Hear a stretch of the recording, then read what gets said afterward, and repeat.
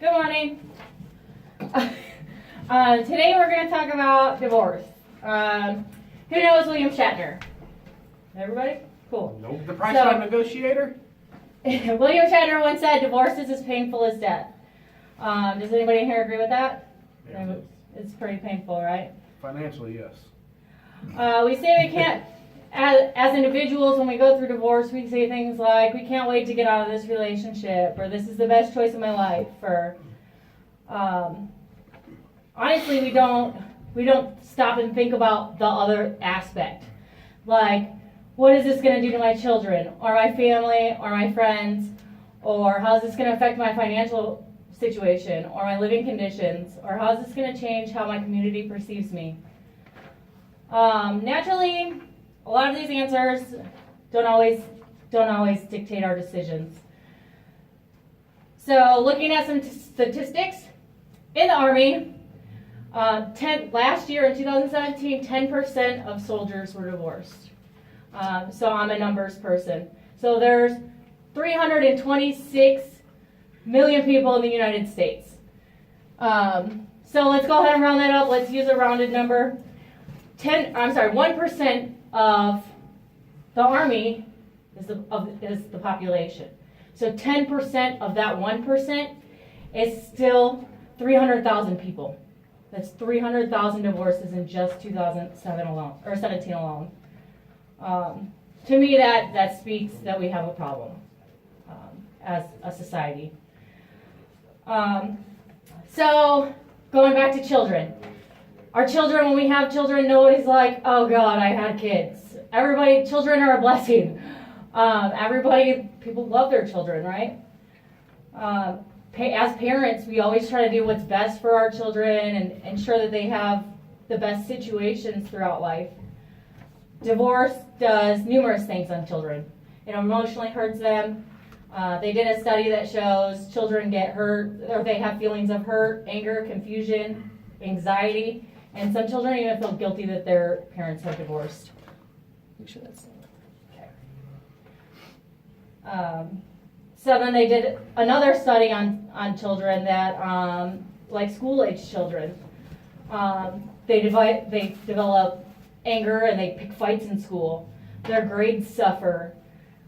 They withdraw themselves from the family. Naturally, nobody wants that for their kids. Those are negative behaviors. You want your kids to feel loved all the time, and you want them to be successful adults. So now let's be fair, right? So some situations, divorce is the best option for your children, right? And examples of that would be if you have domestic violence in your family. If you have domestic violence in your house, nobody's child wants to see them get beat up on, whether it be from the mom or dad perspective. Emotional abuse. No child should see their parent feel or be treated as if they're not worthy. Okay. What else? Okay. Another good reason would be adultery, right? So as adults, when our spouse commits adultery, or let's say that develops an anger. As people, we just automatically resort to a revengeful source because we don't know how else to react when you develop that kind of hurt. Again, something that you wouldn't want to instill in your children. You don't want to raise your kids to be hateful. So friendships in your marriage. When you're married, you develop friendships as a group. You have mutual friends, and then you get divorced. So then you have friends, and you're like, okay, let's say there's a birthday party, and you have to say, well, is this person going? Is that person going? Like, can we be in the same room and everybody not feel awkward? It's a very sticky situation, but you will lose probably a lot of mutual friends. Either one or the other person will. So finances. Finances are going to change either way on both perspectives, right? So even if mom keeps the house and dad moves out, or dad keeps the house and mom moves out, you still are losing your income ratio, your debt to income ratio. You're going to have to find new housing. You're going to have to reallocate your bills. Your child care is going to shoot way up. You might need a new car or a new phone plan because everything was combined at one point and then it gets shot down. What about the way your community views you? A lot of you guys are a lot like me. We all live in these real small towns where everybody knows your name, your mom's name, your dad's name, your kid's name. They know everything about your life. And then you get divorced. And then when you walk into a place, you can just hear them talking about it, right? It's a small town community negative effect of divorce.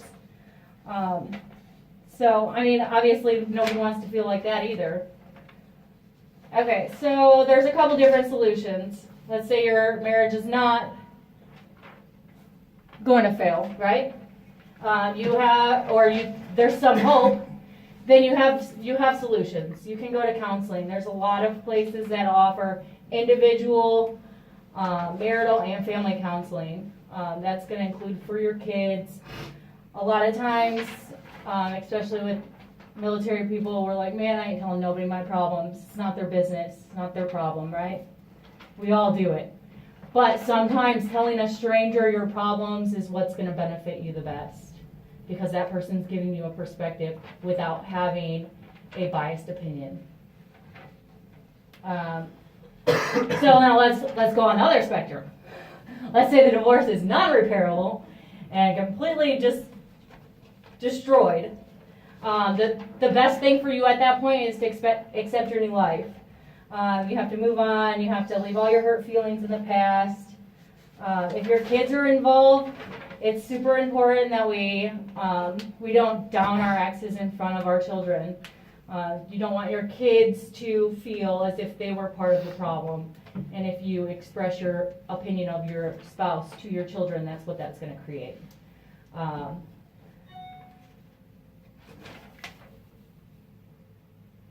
Okay, so and then, just the last thing you always want to remember is just because your relationship didn't work with your spouse, it doesn't mean that your children didn't work with your spouse.